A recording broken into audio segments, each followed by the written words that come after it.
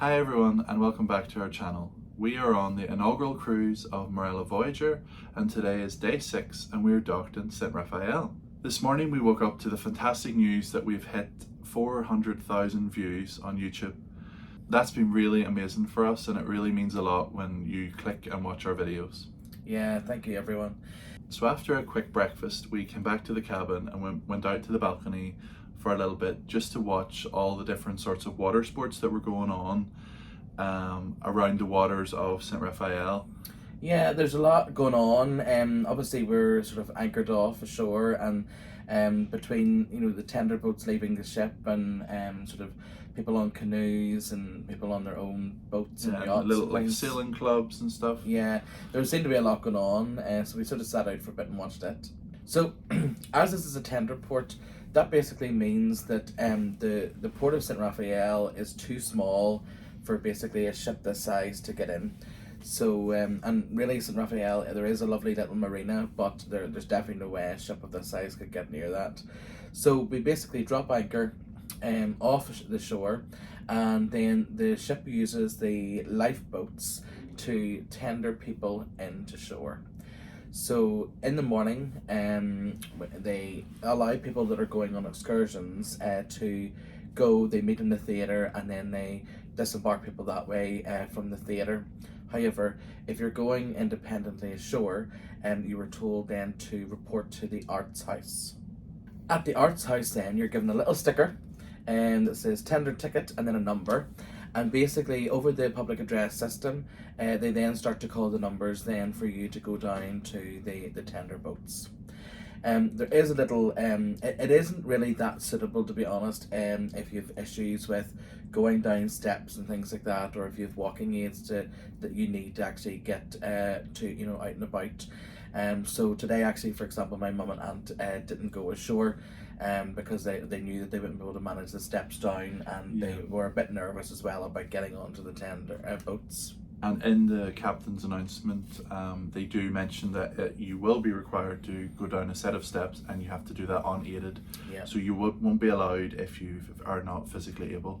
Yeah.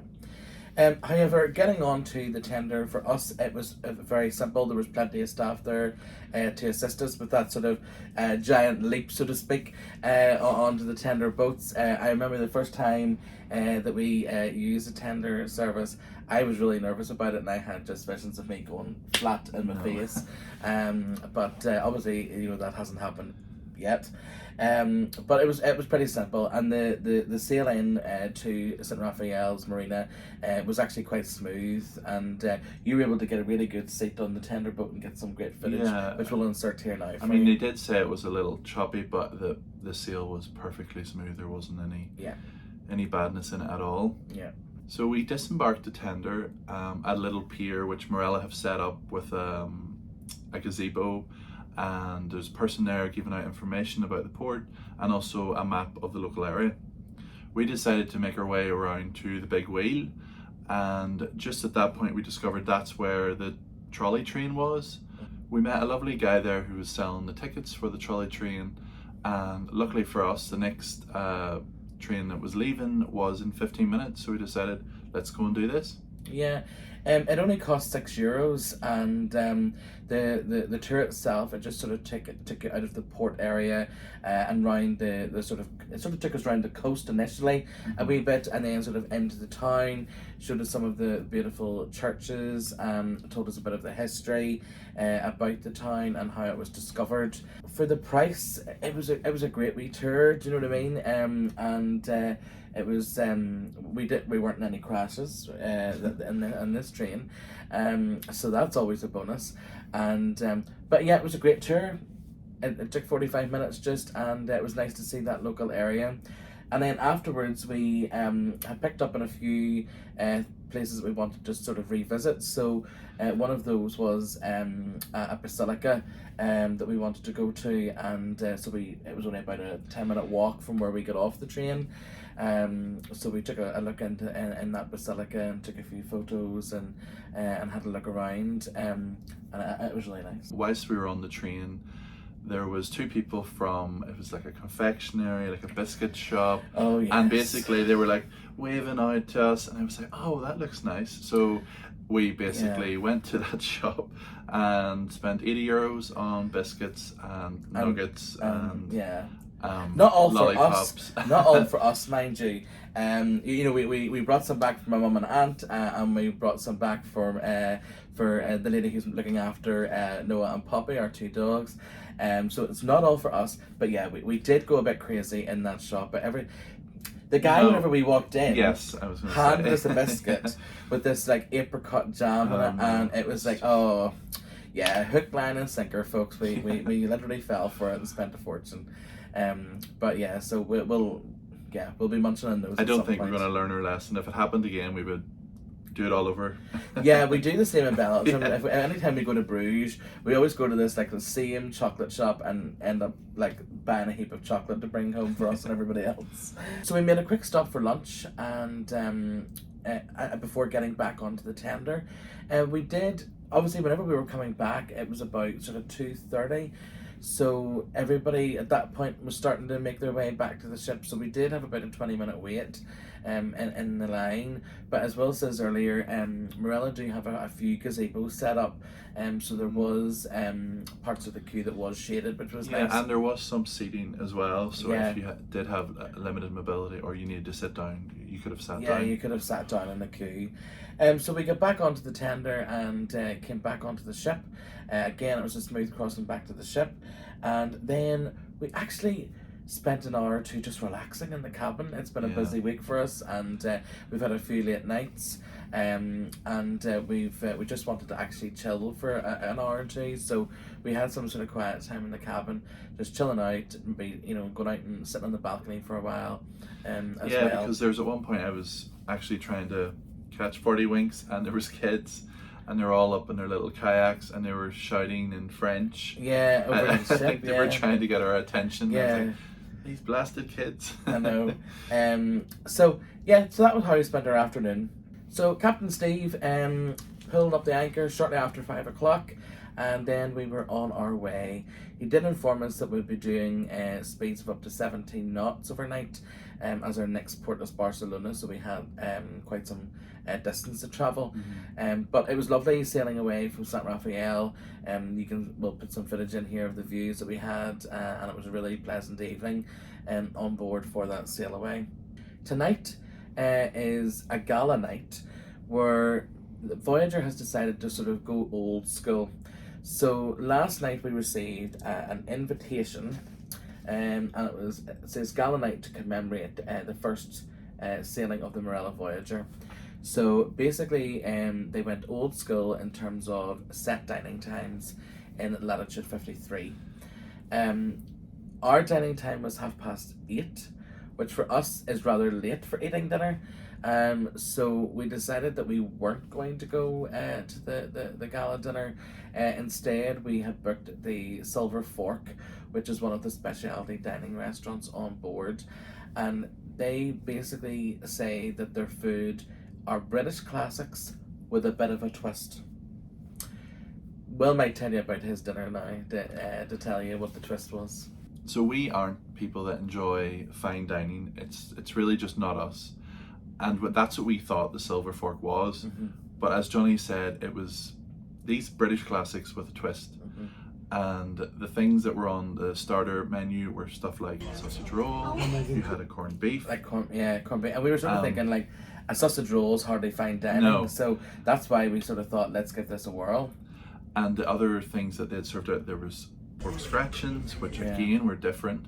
I had the beef Wellington, and you had I had ham, egg, and chips, but not as you would expect. Not as you would expect. And we'll pop some pictures in here, and as well, we do plan to do a full guide of dining on board the Voyager. Yes. But it's safe to say, I think this was probably my favourite meal this week. It's definitely my favourite meal. Although I should have chosen your dessert. I had food envy when his dessert came out.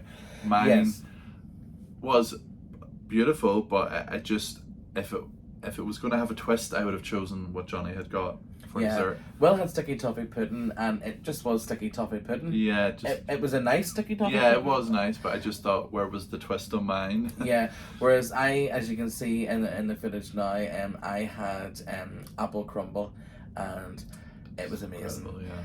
We were really absolutely stuffed to the necks after eating that meal, and we actually thought we were going to have to come back to the cabin for a lie down, but we couldn't, because in the Atrium there was an event called the Strictly Gala event, and we really wanted to see this as it featured the two Colombian professional dancers, Tatan and Ingrid, who we'd seen on some of the shows in the Broadway Show Lounge, and they are superb. So we really didn't want to miss that, so we really wanted to go and get really good seats for that. Yeah, so we sat, it was held on deck 5, but basically the atrium at deck 6, which would be the coffee port, and deck 7, which would be the shops, was pretty much lined with people. Yeah, and it was really actually nice to see that, because the atrium area isn't really used on Voyager, and nor is it really used on the Explorer ships. It's used less on the Explorer ships, I Yeah, would say, yeah. and I do feel last night, you know, we sort of had to wait till a crowd appeared, because it doesn't seem very much of a natural area for people to congregate. I think if the coffee port sold actual just drinks, It was just the bar. if it was just a bar, it would do better, or if they did a bar and a coffee port there, it'd be great. Although you did have was it a coffee or a hot chocolate? It was called the Irish Nutty Man? Nutty Irishman. Nutty Irishman, yeah. Nutty Irishman for a Nutty Irishman. And it was like a Bailey's, and I think it had Jameson in it, and coffee, and cream, and it was lovely. Yeah, so we got really good seats for this event, and one of the entertainment hosts, Chloe, she hosted the event in a She was the beautiful, compere. yeah, in a beautiful sparkly gown, and she was a great singer as well. And we'd seen her, you know, in other venues around the ship, but she was a great singer, and it was actually a really good event that lasted about 30 minutes, and everybody really enjoyed it. Yeah, You know, it was good fun. we certainly did.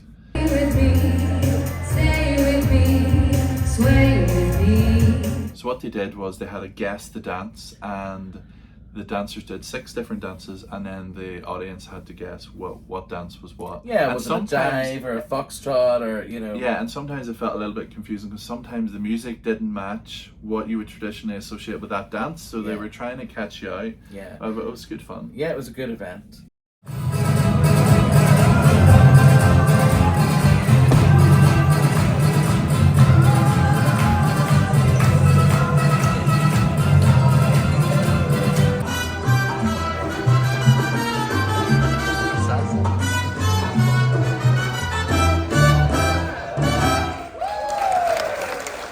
And after this, then we decided to go to the Broadway Show Lounge, and last night it was another guest act, which was a comedian.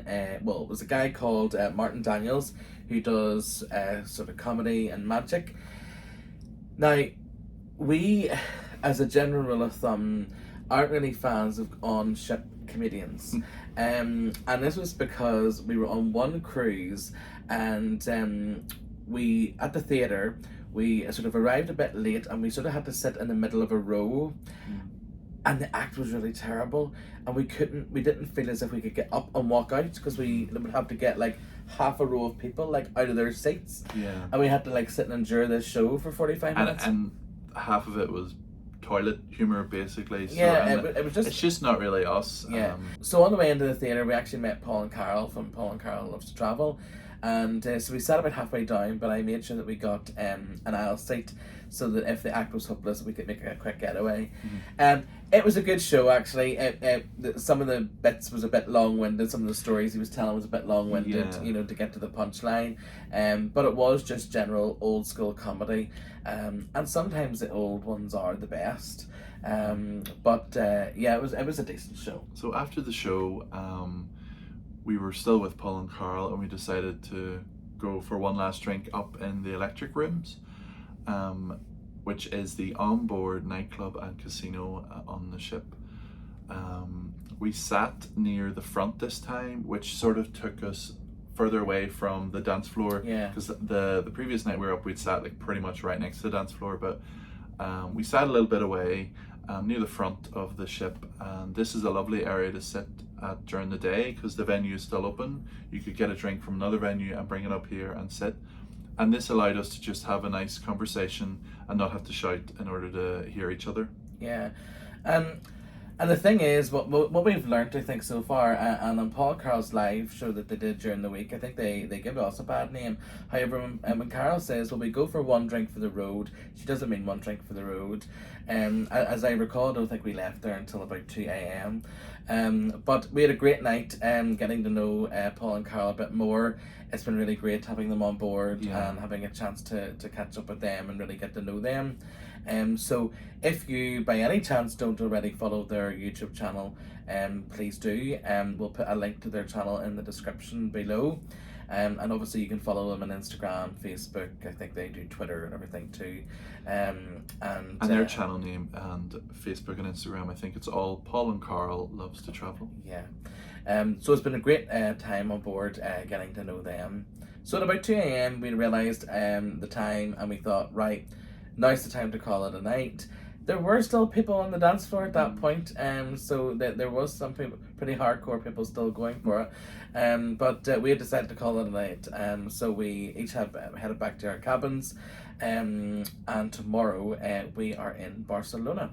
If you like this video and have been enjoying this series so far, please give us a thumbs up down below. If you like these kinds of videos, do consider subscribing to our channel and click that bell to make sure you don't miss out. Thanks for watching. Bye.